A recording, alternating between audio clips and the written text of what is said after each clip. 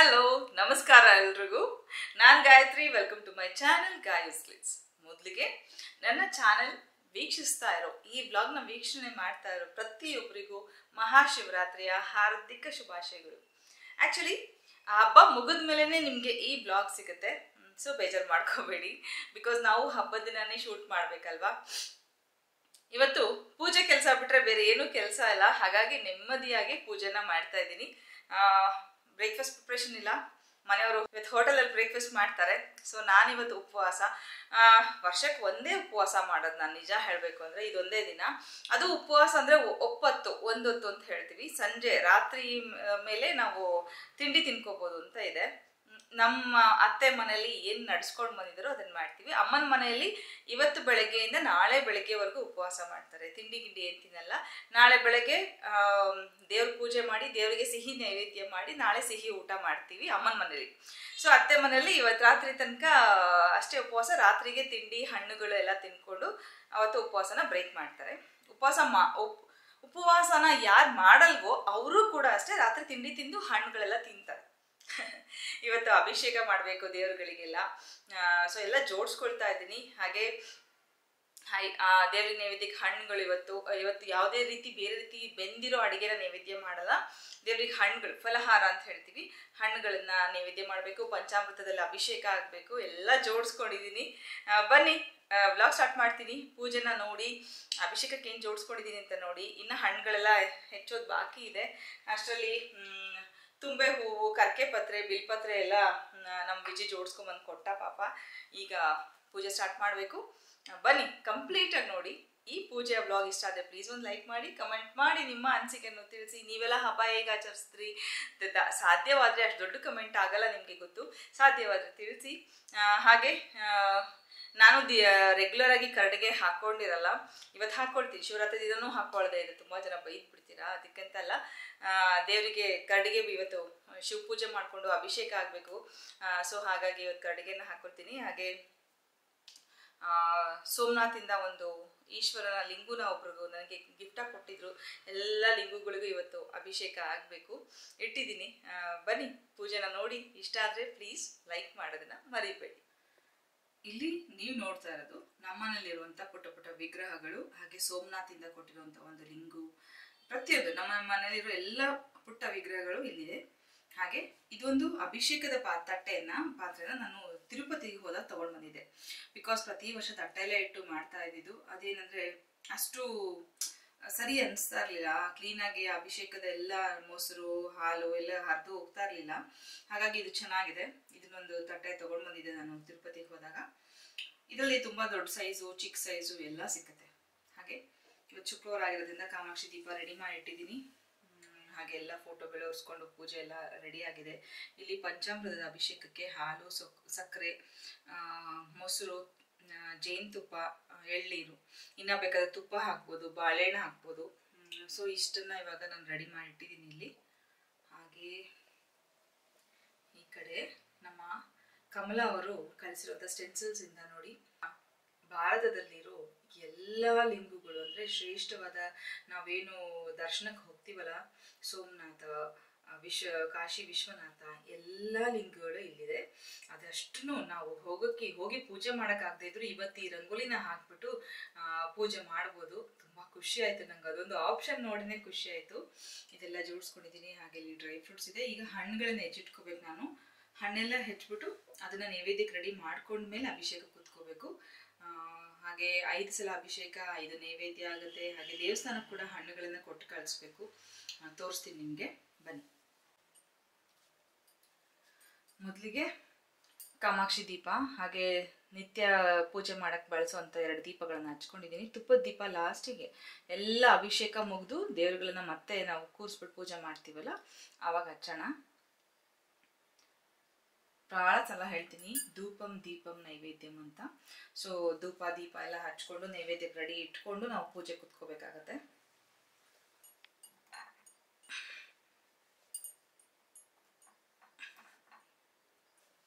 ದೇವರ ವಿಗ್ರಹಗಳನ್ನೆಲ್ಲ ನೀರಲ್ಲಿ ತೊಳೆದು ಇಟ್ಕೊಂಡಿದ್ದೀನಿ ಮೊದಲಿಗೆನೆ. ಸೊ ಹಾಲಲ್ಲಿ ಅಭಿಷೇಕ ಮಾಡೋಣ. ಓಂ ಮೃತ್ಯುಂಜಯಾಯ रुद्राय नीलकण्ठाय शम्भवे अमृतेशाय शर्वाय महादेवाय ते नमः। ॐ मृत्युञ्जयाय रुद्राय नीलकण्ठाय शम्भवे अमृतेशाय नमः शिवाय। ವೃತ್ತದ ಅಭಿಷೇಕ ನಾನಿಲ್ಲಿ ಮಾಡ್ತಾ ಇರೋದ್ರಿಂದ 5 ಸಲ ನಾನು ನಿಮಗೆ ತೋರಿಸ್ಲಿಕ್ಕೆ ಹೋಗಿಲ್ಲ, ಯಾಕಂದರೆ ಅದು ಬೋರ್ ಅನಿಸ್ಬೋದು. ಹಾಗಾಗಿ ಫಾಸ್ಟ್ ಫಾರ್ವರ್ಡ್ ಮಾಡಿಬಿಟ್ಟು ನಾನು ನಿಮಗೆ ಇಲ್ಲಿ ತೋರಿಸ್ತಾ ಇದ್ದೀನಿ. ಹಾಲಲ್ಲಿ ಅಭಿಷೇಕ ಮಾಡಿದ ನಂತರ ನಾವು ನೀರಲ್ಲಿ ಮತ್ತೆ ತೊಳ್ಕೊಬೇಕಾಗತ್ತೆ. ತೊಳ್ಕೊಂಡು ಅದಕ್ಕೆ ವಿಭೂತಿ, ಕುಂಕುಮ, ಹಾಗೆ ಹೂವು,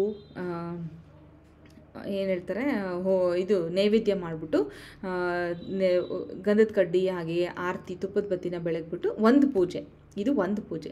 ಇದಾದ ನಂತರ ನಾವು ಇಟ್ಟಂಥ ಎಲ್ಲ ಹೂಗಳನ್ನು ತೆಗೆದು ನೆಕ್ಸ್ಟು ಮೊಸರಲ್ಲಿ ಅಭಿಷೇಕ ಮಾಡಬೇಕಾ, ಎಳ್ನೀರಲ್ಲಿ ಮಾಡಬೇಕಾ, ಈ ರೀತಿಯಲ್ಲಿ ನಾವು ಅಭಿಷೇಕನ ಮಾಡ್ತೀವಿ. ಪಂಚಾಮೃತದ ಅಭಿಷೇಕನ ತುಂಬ ಕಟ್ಟುನಿಟ್ಟಾಗಿ ಮಾಡ್ತಾರೆ. ಆಮೇಲೆ ಇದು ಏನಂದರೆ ಗಂಡ ಹೆಂಡತಿ ಅಂದರೆ ದಂಪತಿಗಳಿಬ್ಬರೂ ಕೂತು ಈ ಪೂಜೆ ಮಾಡಿದ್ರೆ ತುಂಬ ಒಳ್ಳೆಯದು ಅಂತ ಹೇಳ್ತಾರೆ. ನನಗೆ ಯಾವಾಗಲೂ ಹಾಗೆ ಆಗುತ್ತೆ. ನಾನು ಒಬ್ಬಳೇ ಆಗಿಬಿಡ್ತೀನಿ ಬೆಳಗ್ಗೆ ಹೊತ್ತು. ಯಾವಾಗಲೂ ಏನಾದರೂ ಒಂದು ಕೆಲಸ ಬಂದು ಬ್ಯುಸಿ ಆಗಿಬಿಡ್ತಾರೆ ನಮ್ಮ ಮನೆಯವರು. ಸೊ ನಾನು ಒಬ್ಬಳೇ, ತುಂಬ ಅಪರೂಪಕ್ಕೆ ಯಾವಾಗೋ ಇಷ್ಟು ವರ್ಷದಲ್ಲಿ ಒಂದು 2 ಸಲ ಸಿಕ್ಕಿದ್ದಾರೆ ಅಷ್ಟೇ. ಬಟ್ ಹಂಗಂತ ಅಭಿಷೇಕ ಮಾಡೋದು ಬಿಡಲಿಕ್ಕಾಗಲ್ಲ ಅಲ್ವಾ, ನಾನೇ ಮಾಡ್ತೀನಿ ಕೂತ್ಕೊಂಡು. ಸೊ ಪಂಚಾಮೃತದ ಅಭಿಷೇಕನ, ಆಮೇಲೆ ಈಶ್ವರನ ಲಿಂಗುಗೆ ನಾವು ಎಷ್ಟು ಅಭಿಷೇಕ ಮಾಡ್ತೀವೋ ಅಷ್ಟು ಒಳ್ಳೆಯದು ಅಂತ ಹೇಳ್ತಾರೆ. ಏನೂ ಇಲ್ಲ ಅಂದರೆ ನೀರಲ್ಲಾದರೂ ಅಭಿಷೇಕ ಮಾಡಬೇಕಂತೆ. ಅಂದರೆ ಯಾವಾಗಲೂ ಈಶ್ವರ ಲಿಂಗನ ತಂಪಾಗಿ ಇಡಬೇಕು. ಹಾಗೆ ಆವಾಗ ಅಷ್ಟೇ ನಮಗೆ ಫಲಗಳು ಜಾಸ್ತಿ ಸಿಗುತ್ತೆ ಅಂತ ಹೇಳ್ತಾರೆ ಹಿರಿಯರು. ಅದೇ ರೀತಿ ನೀವು ಪ್ರತಿನಿತ್ಯ ಮನೆಯಲ್ಲಿ ನಾವು ಪೂಜೆ ಮಾಡುವಾಗ ಈಶ್ವರ ಲಿಂಗ ಇತ್ತು ಅಂದರೆ ನೀರಲ್ಲಿ ತೊಳೆದ್ಬಿಟ್ಟು ನಾವು ಆ ಪೂಜೆನ ಮಾಡಬೇಕಾಗತ್ತೆ. ಇದನ್ನು ಮರೀದೆ ಮಾಡಿ. ಯಾರು ಹಾಗೆ ದಿನ ಹೂ ತೆಗೆದು ಹೂವಿಟ್ಟು ಪೂಜೆ ಮಾಡಬಾರ್ದು. ದಿನ ನೀರಲ್ಲಾದರೂ ತೊಳೆದ್ಬಿಟ್ಟು, ಅದು ಉಜ್ಜೋದು ತಿಕ್ಕೋದು ಏನು ಬೇಡ, ನೀರಲ್ಲಿ ಅದ್ದಿ ಇಟ್ಟು ನಾವು ಒಂದು ಕುಂಕುಮನ ಮುಡಿಸಿ ಹೂ ಏರಿಸ್ಬಿಟ್ಟು ಪೂಜೆ ಮಾಡಿದ್ರೆ ಮುಗೀತು. ನೋಡಿ, ನಾನು ನೈವೇದ್ಯ ಮಾಡ್ತಾಯಿದ್ದೀನಿ. ನೈವೇದ್ಯ ಮಾಡಿಕೊಂಡು ಕುಂಕುಮ ಎಲ್ಲ ಹಚ್ಕೊಂಡು ನೈವೇದ್ಯ ಮಾಡಿ ಗಂಧದ ಕಡ್ಡಿ, ತುಪ್ಪದ ಬತ್ತಿ, ಆರತಿ ಇಷ್ಟು ಮಾಡಿದ್ರೆ ಒಂದು ಪೂಜೆ ಮುಗೀತು ಅಂತ. ಸೊ ಇದು ಮುಂಚಿಂದನೂ ನಮ್ಮ ಮನೇಲಿ, ಅಮ್ಮನ ಮನೇಲಿ ಮಾಡ್ಕೊಂಬಂದಿರೋಂಥ ಒಂದು ನಡ್ಸ್ಕೊಂಬಂದಿದ್ದೀವಿ ನಾವು ಇದನ್ನು.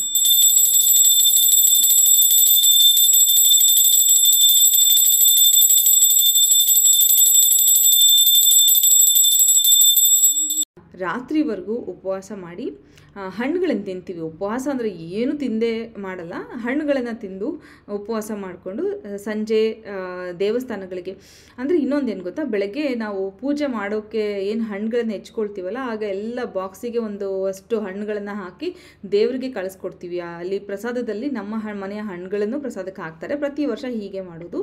ಹಾಗೆ ಸಂಜೆ ನಾನು ದೇವಸ್ಥಾನಕ್ಕೆ ಹೋಗುವಾಗ ದೇವರಿಗೆ ಮಂಗಳಾರತಿ ಮಾಡಿಸ್ಲಿಕ್ಕೆ ಅಂತ ಹಣ್ಣು, ಕಾಯಿ, ಬಿಲ್ಪತ್ರ ಎಲ್ಲ ತೊಗೊಂಡು ಹೋಗಿ ಮಂಗಳಾರತಿ ಮಾಡಿಸ್ಕೊಂಡು ಬಂದೆ. ಸಂಜೆ ನಾನು ಸೀರೆ ಉಟ್ಕೊಂಡು ರೆಡಿಯಾಗಿ, ಆ್ಯಕ್ಚುಲಿ ತೆಗೆದಂಥ ಒಂದು ಕ್ಲಿಪ್ಪಿಂಗ್ ಮಿಸ್ ಆಗಿದೆ. ಇನ್ನು ಉಳಿದಿದ್ದೆಲ್ಲ ಇದೆ, ನೀವೇ ನೋಡ್ತೀರಾ, ಗೊತ್ತಾಗುತ್ತೆ. ಅದು ಏನಾಯಿತು ಅಂತಲೇ ಗೊತ್ತಾಗ್ತಲ್ಲ ನನಗೆ. ಏನಿಲ್ಲ, ದೇವಸ್ಥಾನಕ್ಕೆ ಹೊರಟಿದ್ದೀನಿ ಅಂತ ಅಷ್ಟೇ ಮಾತಾಡಿದ್ದೆ, ಅದೇ ಮಿಸ್ ಆಗಿದೆ. But it's okay. ಇಂಪಾರ್ಟೆಂಟಾಗಿ ನಾನು ನಿಮ್ಗೆ ಏನು ತಿಳಿಸ್ಬೇಕಾಗಿತ್ತು, ತೋರಿಸ್ಬೇಕಾಗಿತ್ತು, ಅದಂತೂ ರೆಕಾರ್ಡ್ ಆಗಿದೆ.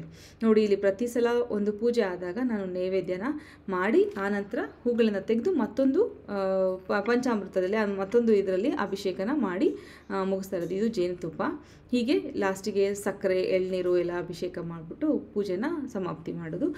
ಇದೆಲ್ಲ ಆದ ನಂತರ ಆ ತಟ್ಟೆಯಲ್ಲಿರುವಂಥ ಆ ಪಂಚಾಮೃತದ ಅಭಿಷೇಕದ ನೀರನ್ನು ತೊಗೊಂಡೋಗಿ ತೆಂಗಿನ ಮರಕ್ಕೋ ಅಥವಾ ನಮ್ಮ ಹೂವಿನ ಗಿಡಗಳಿಗೋ ಹಾಕಬೇಕು. ಆನಂತರ ದೇವ್ರುಗಳನ್ನೆಲ್ಲ ನೀರಲ್ಲಿ ಚೆನ್ನಾಗಿ ತೊಳ್ಕೊಂಡು, ಬಿಕಾಸ್ ಅಂಟಿರುತ್ತೆ, ತುಪ್ಪದಲ್ಲಿ ಮಾಡೋದ್ರಂತೂ ಜಿಡ್ಡಿರುತ್ತೆ, ಅದನ್ನೆಲ್ಲ ತೊಳ್ಕೊಂಡ್ಬಿಟ್ಟು ಆನಂತರ ಜೋಡಿಸಿ ಎಲ್ಲ ಪ್ರತಿನಿತ್ಯ ಮಾಡೋ ರೀತಿಯಲ್ಲೇ ಪೂಜೆನ ಮಾಡಿಬಿಟ್ಟು ಹಣ್ಣಿನ ನೈವೇದ್ಯ ಮಾಡಿ ಅವತ್ತಿನ ಪೂಜೆನ ಮುಗಿಸೋದು. ಅವತ್ತು ದೇವರಿಗೆ ಯಾವುದೇ ರೀತಿಯ ಬೆಂದಂಥ ಅಡುಗೆಗಳನ್ನು ಯಾವುದೂ ನೈವೇದ್ಯ ಮಾಡಲ್ಲ.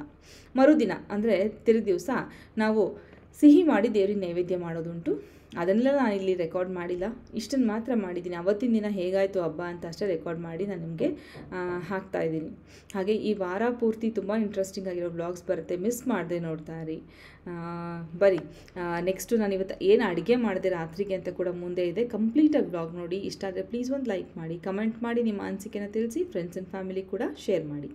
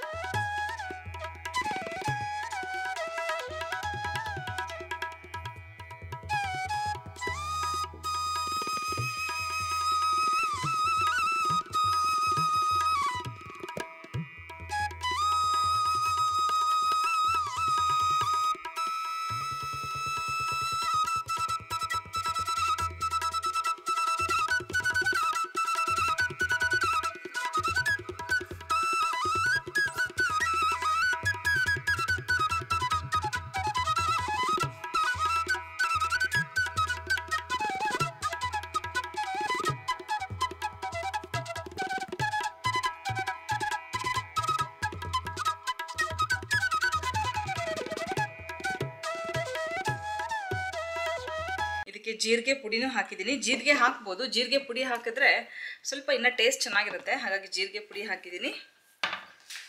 ಒಂದಷ್ಟು ಮೆಣಸಿನ್ಕಾಯಿ ದಪ್ಪ ದಪ್ಪ ಹೆಚ್ಚಾಗ್ತೀನಿ, ಯಾಕಂದ್ರೆ ತೆಗೆದಿಡ್ಬೋದು ಖಾರ ಇದ್ರೆ ಅಂತ ಹೇಳಿ.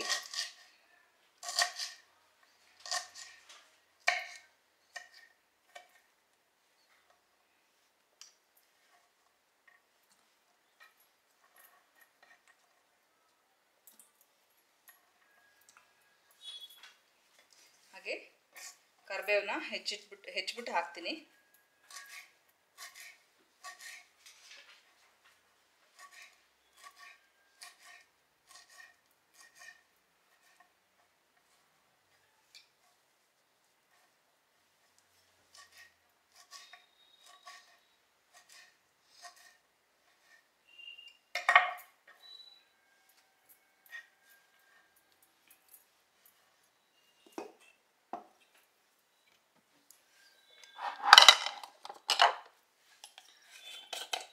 ಸ್ವಲ್ಪ ಸೋಡಾ ಹಾಕೋಣ, ತುಂಬ ಹಾಕ್ಬಿಟ್ರೆ ಎಣ್ಣೆ ಎಲ್ಲ ಹಿಡಿಯುತ್ತೆ.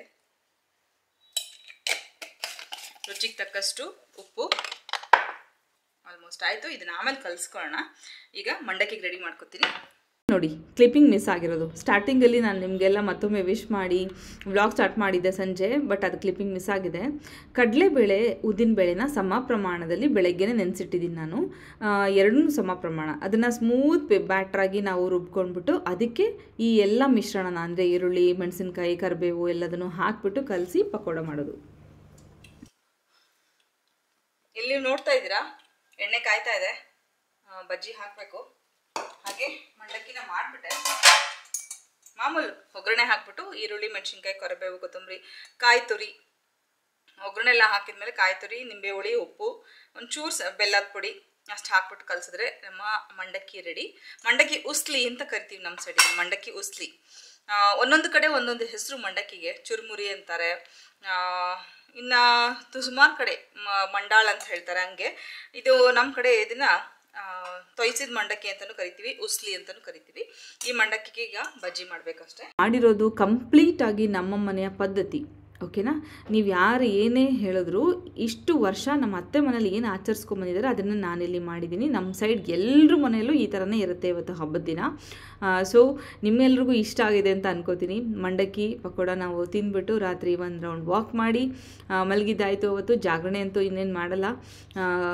ಅವತ್ತು ಬೆಳಗ್ಗೆಯಿಂದ ನಾನಂತೂ ಉಪವಾಸ ಇದ್ದೆ, ಹಣ್ಣು ತಿನ್ಕೊಂಡಿದ್ದೆ. ಈಗ ರಾತ್ರಿ ನಿಜವಾಗ್ಲೂ ಅವತ್ತೇನು ಹಸುವು ಅಂತ ಅನಿಸ್ತಾನೂ ಇರಲಿಲ್ಲ, ಯಾಕಂದರೆ ಫ್ರೂಟ್ ಅದು ಕೂಡ ನಮ್ಮ ಬ್ರೇಕ್ಫಾಸ್ಟ್ ಆಗಲಿ ಲಂಚ್ಗೆ ಸಮ ಆಗಿರುತ್ತೆ. ಯಾಕಂದರೆ ಅದರಲ್ಲಿರೋವಂಥ ನ್ಯೂಟ್ರಿಷನ್ಸ್ ಹಾಗೆ ಫೈಬರ್ ಎಲ್ಲ ಸಿಕ್ಕತ್ತೆ ಬಾಡಿಗೆ. ಮತ್ತು ಹಸುವಂತ ಆಗಲ್ಲ, ಬೇಕು ಅಂತ ಅನಿಸಲ್ಲ. ಹಾಗಾಗಿ ಅವತ್ತು ಫುಲ್ಲಾಗೇ ಇತ್ತು. ನೈಟ್ ಇಷ್ಟ ಆಯಿತು ನಮ್ಮ ಊಟ.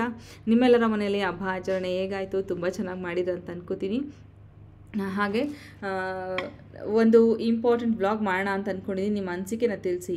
ಏನಂದರೆ ಡ್ರೆಸ್ಗಳಿಗೆ ನಾವು ಪ್ಯಾಂಟ್ ಯಾವ ರೀತಿ ಮ್ಯಾಚ್ ಮಾಡಬೇಕು ಅಂತಲೇ ತುಂಬ ಕನ್ಫ್ಯೂಷನ್ ಇರುತ್ತೆ. ಅಂದರೆ ಯಾವ್ಯಾವ ಥರ ಡ್ರೆಸ್ಗಳಿಗೆ ಯಾವ್ಯಾವ್ದು ಹಾಕ್ಕೋಬೇಕು ಅನ್ನೋದು ಅಲ್ವಾ, ಅದ್ರ ಬಗ್ಗೆ ಒಂದು ಬ್ಲಾಗ್ ಮಾಡೋಣ ಅಂತ ಅಂದ್ಕೊಂಡಿದ್ದೀನಿ.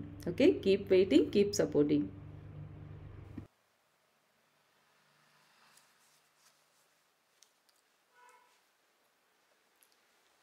ಹಾಯ್, ಈಗಷ್ಟೇ ಲೈವ್ ಮುಗಿಸ್ದೆ. ಅಗ್ನಿಹೋತ್ರ ಕಿಟ್ ಬಗ್ಗೆ ಸುಮಾರು ಜನ ಕೇಳ್ತಾ ಇದ್ರಿ. ಇಲ್ಲಿ ನೀವು ನೋಡ್ಬೋದು ಒಂದು 20 ಅಗ್ನಿಹೋತ್ರ ಕಿಟ್ಟು ನಾನು ಮುತಾಲಿಕ್ ಸರ್ ಹತ್ರನೇ ತರಿಸಿದ್ದೀನಿ. ಸರ್ ತುಂಬ ಬ್ಯುಸಿ ಇರ್ತಾರೆ, ಬಿಕಾಸ್ ಅವ್ರದ್ದು ಹೊಲದ ಕೆಲಸ, ಸಂತೆ ಇದೆಲ್ಲ ಮಾಡ್ಕೊಂಡು ಸರ್ ತುಂಬ ಬ್ಯುಸಿ ಇರ್ತಾರೆ. ಹಾಗೆ ಅಗ್ನಿಹೋತ್ರ ಕಿಟ್ ಎಲ್ಲೆಲ್ಲಿ ಸಿಗುತ್ತೋ ಅಲ್ಲಿ ತೊಗೊಳಕ್ಕೆ ಬರಲ್ಲ. ಅದಕ್ಕೊಂದು ಡೈಮೆನ್ಷನ್ ಇರುತ್ತೆ, ಇಷ್ಟೇ ಮೆಜರ್ಮೆಂಟ್ ಇರಬೇಕು ಅಂತಿರೋದ್ರಿಂದ ನಾವು ಅಗ್ನಿಹೋತ್ರ ಕಿಟ್ನ ಗೊತ್ತಿರೋರ ಕಡೆ, ಅದರ ಬಗ್ಗೆ ನಾಲೆಜ್ ಇರೋರ ಕಡೆನೇ ತಗೋಬೇಕಾಗತ್ತೆ. ಇದು ಒಂದು ಯಾವುದೇ ಒಂದು ಸ್ವಾರ್ಥ ಇಲ್ದಿರೋ ಮಾಡ್ತಾರೋ ಅಂತ ಒಂದು ಸಮಾಜ ಸೇವೆ ಅಂತ ಅನ್ಕೊಳ್ಳಿ. ನಿಮ್ಮೆಲ್ಲರಿಗೋಸ್ಕರ ನಾನು ಮಾಡ್ತಾರೋ ಒಂದು ಚಿಕ್ಕ ಪರಿಸರ ಸೇವೆ, ಸಮಾಜ ಸೇವೆ ಬೇಡ, ಪರಿಸರ ಸೇವೆ. ಇದರಿಂದ ಪರಿಸರ ಒಳ್ಳೆದಾಗತ್ತೆ, ನಿಮ್ಮ ಮನೆಗಳಿಗೆ ಒಳ್ಳೆದಾಗತ್ತೆ, ನಿಮ್ಮ ಆರೋಗ್ಯ ಸುಧಾರಿಸುತ್ತೆ ಅನ್ನೋ ಒಂದೇ ಒಂದು ಕಾರಣದಿಂದ ನನ್ನ ಇರೋ ಇಷ್ಟು ಕೆಲಸದಲ್ಲಿ ಇದನ್ನ ನಿಮಗೆ ತಲುಪಿಸೋ ಕೆಲಸ ಮಾಡ್ತಾ ಇದ್ದೀನಿ. 819 ರೂಪಾಯಿ 70 ಪೈಸೆ ಏನೋ ಬೀಳುತ್ತೆ. ಅಂದರೆ 820 ರೂಪಾಯಿ ನನಗೆ ಈ ಕಿಟ್ ಬೀಳುತ್ತೆ. ಒಂದು ನಾನು ಇಲ್ಲಿಗೆ ತರಿಸಿದ್ದೀನಲ್ಲ, ಶಿಪ್ಪಿಂಗ್ ಸೇರಿ 820 ರೂಪಾಯಿ ಬೀಳುತ್ತೆ. ಜೊತೆಗೆ ನಾನು ನಿಮಗೆ ಕಳ್ಸೋಕ್ಕೆ ಪೋಸ್ಟಲ್ ಚಾರ್ಜಸ್ 50 ರೂಪಾಯಿ ಆಗುತ್ತೆ. ಸೊ 870 ರೂಪಾಯಿ ಕೊಟ್ಟರೆ ನಾನು ನಿಮಗೆ ಈಗ ಕಳಿಸ್ತೀನಿ. ತುಂಬ ಇಲ್ಲ, 20 ಇರೋದು ಇದು. ಇದು ಖಾಲಿ ಆದರೆ ಮತ್ತೆ ತರಿಸ್ತೀನಿ ಸರ್ಗೆ ಹೇಳ್ಬಿಟ್ಟು ನಾನು ಪ್ರೀ ಆರ್ಡರ್ ಮಾಡಿ ತರಿಸಿ ಕೊಡ್ತೀನಿ. ನಾನು ನಿಮಗೆ ಸಿಗದೇ ಇರೋರು ಬೇಜಾರಾಗಬೇಡಿ. ನನ್ನ ವಾಟ್ಸಪ್ ನಂಬರ್ ಹೇಳ್ತೀನಿ, 9108282454. ಇನ್ನೊಮ್ಮೆ ಹೇಳ್ತೀನಿ, 9108282454. ಈ ನಂಬರ್ಗೆ ವಾಟ್ಸಪ್ ಮಾಡಿ. ಫಸ್ಟ್ 20 ಇರೋದ್ರಿಂದ ನಾನು 20 ಜನಕ್ಕೆ ಕೊಡ್ತಾ ಇದ್ದೀನಿ. ಇದನ್ನ ಬೇಜಾರಾಗಬೇಡಿ, ತರಿಸ್ಕೊಡ್ತೀನಿ. ಹಾಗೆ ಇದರಲ್ಲಿ ಯಾವುದೇ ಒಂದು ಬಿಸ್ನೆಸ್ ಇಲ್ಲ, ದಯವಿಟ್ಟು ಅದನ್ನು ಫಸ್ಟ್ ಅರ್ಥ ಮಾಡ್ಕೊಳ್ಳಿ. ನಮ್ಮ ಪರಿಸರಕ್ಕೆ ನನ್ನ ಕೈಲಾಗಿದ್ದ ಒಂದು ಸೇವೆ ಇದು. 870 ರೂಪಾಯಿ ಆಗುತ್ತೆ ಶಿಪ್ಪಿಂಗ್ ಚಾರ್ಜಸ್ ಸೇರಿ. ಶಿಪ್ಪಿಂಗ್ ಚಾರ್ಜಸ್ 50 ರೂಪಾಯಿ ಇದು ಪೋಸ್ಟ್ ಆಫೀಸ್ ಚಾರ್ಜು. ನಾನು ಪೋಸ್ಟಲ್ಲೇ ಕಳಿಸ್ತಾ ಇರೋದ್ರಿಂದ ನನಗೆ ಮೆಸೇಜ್ ಮಾಡಿ ದುಡ್ಡು ಹಾಕಬೇಡಿ. ಫಸ್ಟು ನಾನೆಲ್ಲ ಕನ್ಫರ್ಮ್ ಮಾಡಿದ್ಮೇಲೆ ನೀವು ದುಡ್ಡು ಹಾಕು ಅಂತ್ರಿ. ಸೊ ಇದು ನೋಡಿದ್ರಲ್ಲ, 20 ಕಿಟ್ ಇದೆ. ಇದಕ್ಕೆ ಒಂದು ಏನೇನು ಬರುತ್ತೆ ಅಂತ ಹೇಳ್ಬಿಡ್ತೀನಿ. ಇದು ಸ್ಟ್ಯಾಂಡು, ಇದು ಅಗ್ನಿಹೋತ್ರದ ಕುಂಡ, ಹಾಗೆ ಇದು ತುಪ್ಪ ಹಾಕಕ್ಕೆ ಒಂದು ಸ್ಪೂನು, ಹಾಗೆ ಇದು ಒಂದು ಪ್ಲೇಟ್ ಬರುತ್ತೆ. ಇದು ಪೂರ್ತಿ ತಾಮ್ರದ್ದೇ ಆಗಬೇಕು. ಕಬ್ಣದ ಮಾಡ್ಬೋದಾ, ಮಣ್ಣಿಂದ ಮಾಡ್ಬೋದಾ, ಹಿತ್ತಾಳೆದು ಮಾಡ್ಬೋದಾ ಅಂತ ಕೇಳ್ತಾ ಇರ್ತಾರೆ. ಇಲ್ಲ ಇಲ್ಲ, ತಾಮ್ರದ್ದೇ ಆಗಬೇಕು. ತಾಮ್ರದಿಂದ ಮಾಡಿದ್ರೆ ಮಾತ್ರ ನಿಮಗೆ ಆಗೋ ಎಫೆಕ್ಟ್ ಕರೆಕ್ಟಾಗಿ ಆಗುತ್ತೆ. ಸೊ ಇದಕ್ಕೆ ಹೇಗೆ ಮಾಡಬೇಕು ಏನು ಅಂತ ನಿಮ್ಗೆ ಇನ್ನೂ ಡೌಟ್ ಇತ್ತು ಅಂದರೆ ಡೆಫಿನೆಟ್ಲಿ ಕಮೆಂಟ್ ಮಾಡಿ. ನಾನು ನೆಕ್ಸ್ಟ್ ಬರೋ ದಿನಗಳಲ್ಲಿ ನಿಮ್ಗೆ ಇನ್ನೊಮ್ಮೆ ಡೆಫಿನೆಟ್ಲಿ ಒಂದು ಪ್ರಾಕ್ಟಿಕಲ್ ಒಂದು ಇದು ಕೊಡ್ತೀನಿ. ನಾನು ಇವಾಗ ತುಂಬ ಪರ್ಫೆಕ್ಟ್ ಆಗಿಬಿಟ್ಟಿದ್ದೀನಿ, ಹೆಮ್ಮೆಯಿಂದ ಹೇಳ್ಕೊಡ್ತೀನಿ. ಅಗ್ನಿಹೋತ್ರದಲ್ಲಿ ಪರ್ಫೆಕ್ಟ್ ಆಗಿಬಿಟ್ಟಿದ್ದೀನಿ, ಹೇಳ್ಕೊಡ್ತೀನಿ. ಸೊ ಇಷ್ಟೇ ಈ ವಿಷಯ ನಾನು ನಿಮಗೆ ತಲುಪಿಸ್ಬೇಕಿತ್ತು. ಬೇಕಾದರೆ ನನಗೆ ಮೆಸೇಜ್ ಮಾಡಿ. Okay, thank you so much.